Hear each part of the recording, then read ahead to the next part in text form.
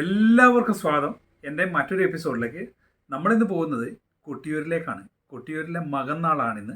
മകന്നാളിലെ സവിശേഷമായ ചടങ്ങുകളും ആനകൾ പിൻവാങ്ങുന്നതും വാദ്യങ്ങൾ പിൻവാങ്ങുന്നതെല്ലാം ചടങ്ങുകളാണ് ഇന്ന് നടക്കുന്നത്. ആ വീഡിയോകളാണ് ഇന്ന് നമ്മൾ കാണാൻ പോകുന്നത്. പോകാം നമുക്ക് വീഡിയോയിലേക്ക്. വീഡിയോ കാണുന്ന നിങ്ങളോട് ഓരോരുത്തരോടും ആദ്യമേ ഒന്ന് പറയട്ടെ. നിങ്ങൾ ആദ്യമായാണ് എൻ്റെ ചാനൽ കാണുന്നുവെങ്കിൽ തീർച്ചയായും സബ്സ്ക്രൈബ് ചെയ്ത് ബെൽ ബട്ടണും എനേബിൾ ചെയ്ത് വെക്കുക. എങ്കിലേ ഞാൻ ചെയ്യുന്ന വീഡിയോകൾ നിങ്ങൾക്ക് നോട്ടിഫിക്കേഷനായി ലഭിക്കുകയുള്ളൂ. കൂടാതെ നിങ്ങളുടെ അഭിപ്രായങ്ങൾ കമൻ്റായും രേഖപ്പെടുത്തുക. നിങ്ങൾ തരുന്ന സപ്പോർട്ടുകളാണ് എനിക്ക് വീഡിയോ ചെയ്യാനുള്ള പ്രചോദനം. 28 നാൾ നീണ്ടുനിന്ന വൈശാഖ മഹോത്സവത്തിന് തൃക്കലശാട്ടോടുകൂടിയാണ് അവസാനം. എങ്കിലും മകം നാൾ മുതൽ ആനയും വാദ്യങ്ങളും ഒന്നുമില്ലാത്ത ചടങ്ങുകളായിരിക്കും പിന്നീടുണ്ടായിരിക്കുന്നത്. ഒരു കണക്ക് പറഞ്ഞാൽ ഉത്സവത്തിൻ്റെ സമാപനം പോലെ തന്നെയാണ് ഈ കാഴ്ചകൾ. മുന്നിൽ പാർവതീദേവിയും പിന്നിലായി ഭഗവാനും എഴുന്നള്ളുന്ന കാഴ്ചകൾ അത്രയും മനോഹരമാണ്. അക്കരെ കൊട്ടിയൂർ ക്ഷേത്രത്തിലെ തിരുവഞ്ചിറയിൽ വലം വെക്കുമ്പോൾ തന്നെ നമുക്കത് മനസ്സിലാകും. അത്രയേറെ പവിത്രതയുണ്ടതിന്. ഭഗവാനെ ഒരു നോക്ക് കാണാൻ വളരെ ദൂരെ നിന്നുപോലും എത്തിച്ചേരുന്ന ഭക്തജനങ്ങൾ മണിക്കൂറുകളോളം ക്യൂ നിന്ന് മണിത്തറയുടെ മുന്നിലെത്തുമ്പോൾ ഭക്തൻ്റെ വിഷമങ്ങളും സങ്കടങ്ങളും എല്ലാം ഭഗവാനോട് പറഞ്ഞ് അടുത്ത വർഷവും ഈ ചടങ്ങുകൾക്ക് വരാൻ അനുഗ്രഹിക്കണമേ എന്ന പ്രാർത്ഥനയോടുകൂടി മടങ്ങും. ധാരാളം സ്ത്രീജനങ്ങൾ എത്തിച്ചേർന്നതുകൊണ്ട് ഇന്ന് മകന്നാളിൽ നല്ല തിരക്ക് അനുഭവപ്പെടുന്നുണ്ട്. മകം നാളായതുകൊണ്ട് തന്നെ സ്ത്രീജനങ്ങൾ കൂടുതലായി എത്തിച്ചേർന്നിട്ടുണ്ട്. സ്ത്രീജനങ്ങൾക്ക് പ്രത്യേകമായി ക്യൂ അനുവദിക്കുകയും അവരെ മുൻഗണനാക്രമത്തിൽ തിരുവഞ്ചിറയിലേക്ക് ഇറക്കിവിടുന്നയും കാഴ്ചകൾ കാണാം. കാരണം 12 മണിവരെയേ അവർക്ക് ഇവിടെ പ്രവേശനം ഉള്ളൂ. ധാരാളം സ്ത്രീജനങ്ങൾ തിരുവഞ്ചിറയ്ക്ക് ചുറ്റുമായി തടിച്ചുകൂടിയിരിക്കുന്ന കാഴ്ചകളും നമുക്കിവിടെ കാണാൻ പറ്റും. ശീവേലിക്ക് ആനകൾ എഴുന്നള്ളുന്നത് വരെ മാത്രമേ ഇവരെ മണിത്തറയിലേക്ക് കയറ്റിവിടുകയുള്ളൂ. ശീവേലി തുടങ്ങിക്കഴിഞ്ഞാൽ പിന്നെ മണിത്തറയിൽ സ്ത്രീകൾക്ക് പ്രവേശനമുണ്ടായിരിക്കില്ല. ശീവേലി അവസാനിക്കുന്നതിന് മുമ്പായി തന്നെ സ്ത്രീജനങ്ങളെ അക്കരെ ക്ഷേത്രത്തിൽ നിന്നും പുറത്തേക്ക് പറഞ്ഞുവിടും. പിന്നീട് അവിടെ ആനകൾക്ക് ഊട്ട് നടക്കുന്നുണ്ട്. കൂടാതെ ഗജവീരന്മാർ തിരുവഞ്ചിറയുടെ കിഴക്കേ നടയിൽ നിന്നും തിരുവഞ്ചിറക്ക് മുന്നിൽ നിന്നും അമ്മാറക്കല്ലിന് മുന്നിൽ നിന്നും ദേവീദേവന്മാരെ വണങ്ങുന്ന കാഴ്ചകൾ മനോഹരമാണ്. പിന്നീട് തിരുമേനിമാർ കൊടുക്കുന്ന നിവേദ്യങ്ങൾ ഭക്ഷിച്ചതിന് ശേഷം കയ്യാലകളിലുള്ളവരും ഇവിടെ ജീവനക്കാരായി നിന്ന ആൾക്കാരും ആ ഗജവീരന്മാർക്ക് ഊട്ട് നടത്തുന്നു. അത് കഴിഞ്ഞ് നേരെ പുറകോട്ട് പോകുന്ന ഗജവീരന്മാർ ബാവലിപ്പുഴ കടന്ന് അക്കരയിലേക്ക് പോകും. പ്രകൃതി പോലും ഈ ചടങ്ങുകൾക്ക് ഒരു ദൈവീക ഭാവം വരുത്തുന്നു. ഈ ചടങ്ങുകളുടെ അവസാന ഭാഗം കാണുമ്പോൾ നമുക്കെല്ലാം അറിയാതെ നമ്മുടെ കണ്ണ് നിറഞ്ഞു പോകും. കാരണം ഇത്രയും നാൾ ഈ ക്ഷേത്രത്തിൽ ശീവേലിക്ക് എഴുന്നള്ളിച്ച ഗജവീരന്മാർ യാത്ര പറയുന്ന ചടങ്ങുകൾ ആരെയും ഒന്ന് വികാരഭരിതമാക്കും.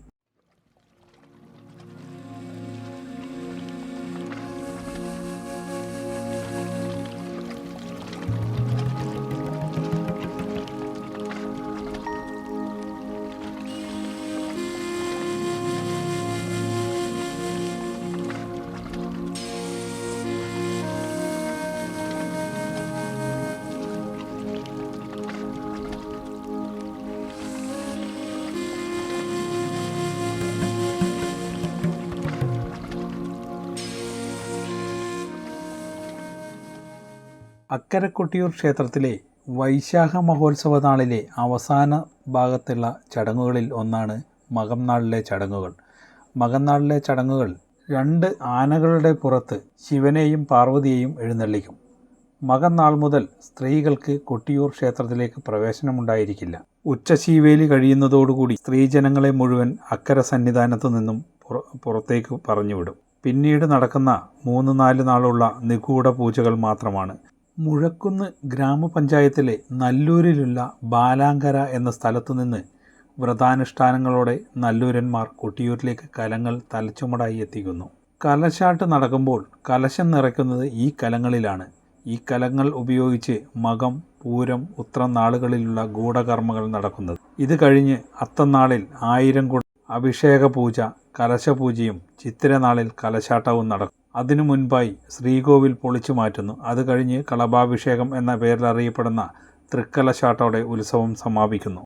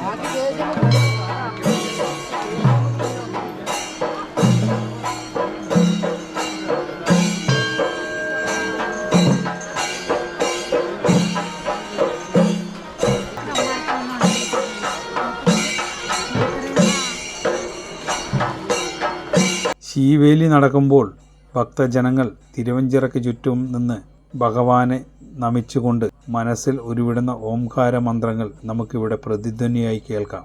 മകന്നാളിന് ശേഷം കൂത്തമ്പലത്തിലെ നങ്ങ്യാരമ്മ ഒഴികെ ബാക്കി എല്ലാ സ്ത്രീകളും അക്കരെ കൊട്ടിയൂരിലെ സന്നിധാനത്തോട് വിട പറയും. ഭണ്ണാരം എഴുന്നള്ളത്ത് മുതൽ ഉത്രാടം വരെ ദേവാരാധനയും തിരുവോണം മുതൽ ആയില്യം വരെ മനുഷ്യാരാധനയും അവസാനം മകം മുതൽ ഭൂതഗണങ്ങളുടെ ആരാധനയും തുടങ്ങും.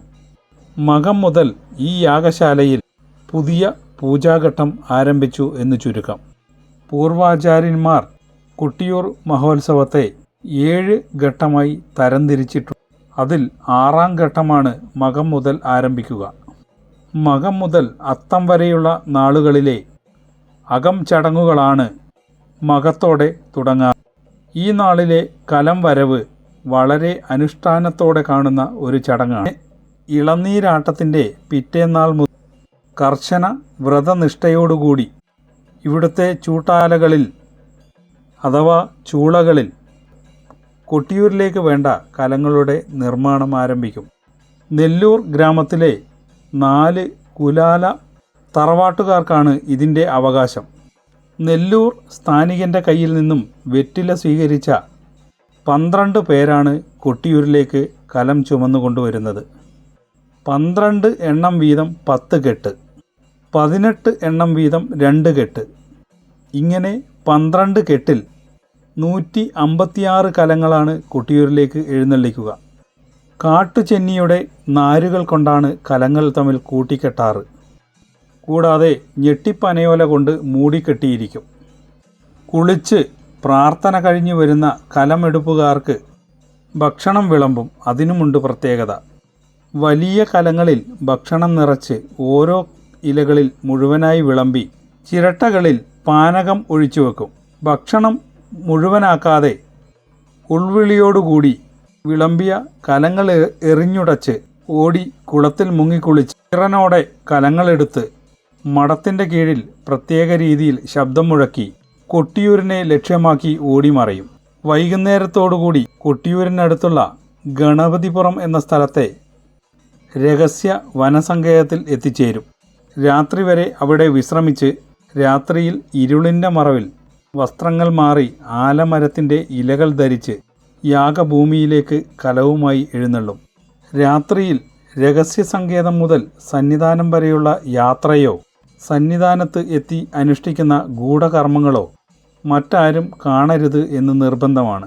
ജാതിമത ഭേദമന്യേ പ്രദേശവാസികളെല്ലാം വീടുകളിലെ വിളക്കുകൾ അണച്ച് സന്നിധാനത്തിലേക്ക് അന്ധകാരം നിറഞ്ഞ വഴിയൊരുക്കും. അക്കരെ കൊട്ടിയൂർ കലംവരവ് എത്തുമ്പോൾ സന്നിധാനം പൂർണ്ണമായും ഇരുട്ടിലായിരിക്കും. കയ്യാലകളടച്ച് അടിയന്തരക്കാർ ഇരുട്ടിൽ കഴിയും. സ്ഥാനിക ബ്രാഹ്മണൻ കണ്ണുകൾ കെട്ടി മണിത്തറയിൽ പുറംതിരിഞ്ഞിരിക്കണം. കലം സമർപ്പിക്കുന്ന നെല്ലൂരാന് പുറകോട്ട് തിരിഞ്ഞാണ് പ്രസാദം നൽകുന്നത്. സമർപ്പിച്ച കലങ്ങൾ കരിമ്പനക്കൽ ചാത്തോത്ത് കയ്യാലയിൽ സൂക്ഷിക്കും. നെല്ലൂരാൻ സ്ഥാനികൻ ഒഴികെ കൂടെ വന്ന ബാക്കി എല്ലാവരും അക്കരെ കൊട്ടിയൂർ ക്ഷേത്രം വിട്ടു പോയിരിക്കണം. ഓരോ ദിവസത്തെ രഹസ്യ കലപൂജയ്ക്ക് വേണ്ടുന്ന കലങ്ങൾ എണ്ണി ഏൽപ്പിക്കേണ്ട ചുമതല നെല്ലൂരാൻ സ്ഥാനികൻ്റേതാണ്. ചന്ദ്രശേഖരൻ കുടുക്ക എന്നാണ് ഈ കലങ്ങളെ വിളിക്കാറ്. മകം മുതൽ 5 നാൾ നിശബ്ദമായ രാവുകളിലേക്ക് മടങ്ങും. ആചാര്യനും 2-3 സഹായികളും മാത്രമേ ഉണ്ടാവുകയുള്ളൂ. ഇടയ്ക്കിടെ ചില ശബ്ദങ്ങളുണ്ടാക്കുന്ന യാമങ്ങളുണ്ടാകും. തിരുവത്താഴ പൂജയ്ക്ക് ശേഷം മുഴുവൻ കയ്യാലകളും അടച്ച് ശാന്തമായ അന്തരീക്ഷത്തിൽ വളരെ ശ്രദ്ധയോടെ പരസ്പരം സംസാരമൊന്നുമില്ലാതെയാണ് കലപൂജ നടക്കുക. കലപൂജ നിഗൂഢ പൂജയായതിനാൽ ദർശനം അനുവദിക്കില്ല. കലപൂജയ്ക്ക് ശേഷമാണ് രാത്രി ശീവേലിയും ശ്രീഭൂതബലിയും നടക്കും. അപ്പോഴേക്കും നേരം വെളുത്തു കാണും. അപൂർവങ്ങളിൽ അപൂർവമായി മാത്രമാണ് ഈ ചടങ്ങുകൾ നടത്തുന്നത്.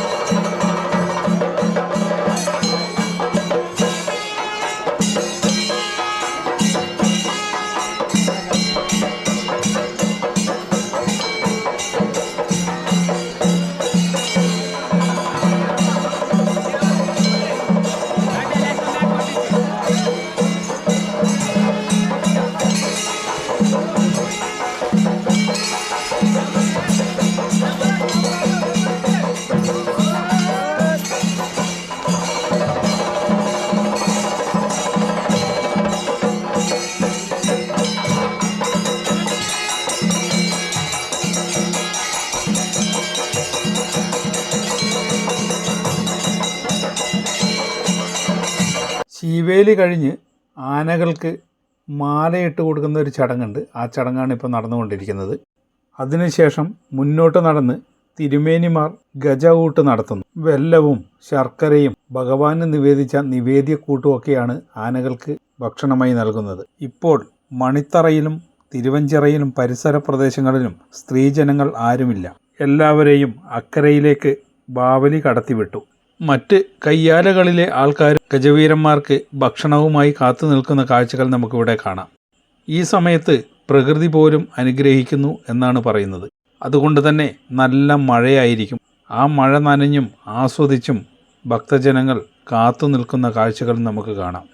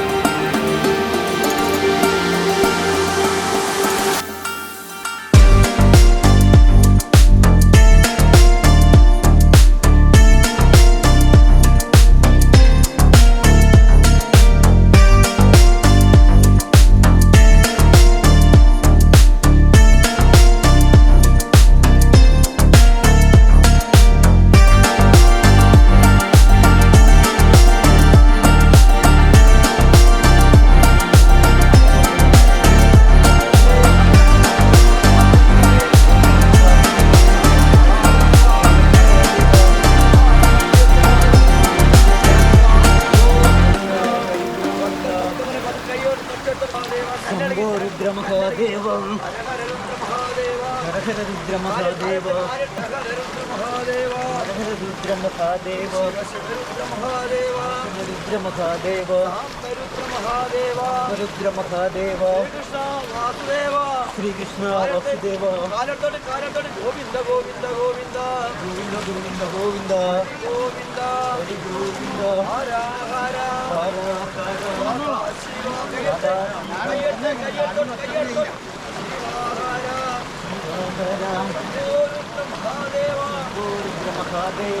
ഹായ്, അങ്ങനെ ഞാൻ എൻ്റെ എപ്പിസോഡ് ഇവിടെ വെച്ച് വൈൻഡപ്പ് ചെയ്യാണ്. നിങ്ങൾക്കെല്ലാവരും കൊട്ടിയൂരിലെ മകന്നാളും കാഴ്ചകളും എല്ലാം ഇഷ്ടപ്പെട്ടു എന്ന് കരുതുന്നു. നിങ്ങൾ ആദ്യമായാണ് എൻ്റെ ചാനൽ കാണുന്നുവെങ്കിൽ തീർച്ചയായും സബ്സ്ക്രൈബ് ചെയ്ത് ബെൽ ബട്ടൺ എനേബിൾ ചെയ്ത് മറ്റുള്ളവരിലേക്ക് ഷെയർ ചെയ്യുക. മറ്റൊരു വീഡിയോയുമായി കാണുന്നവരെ ബൈ ബൈ.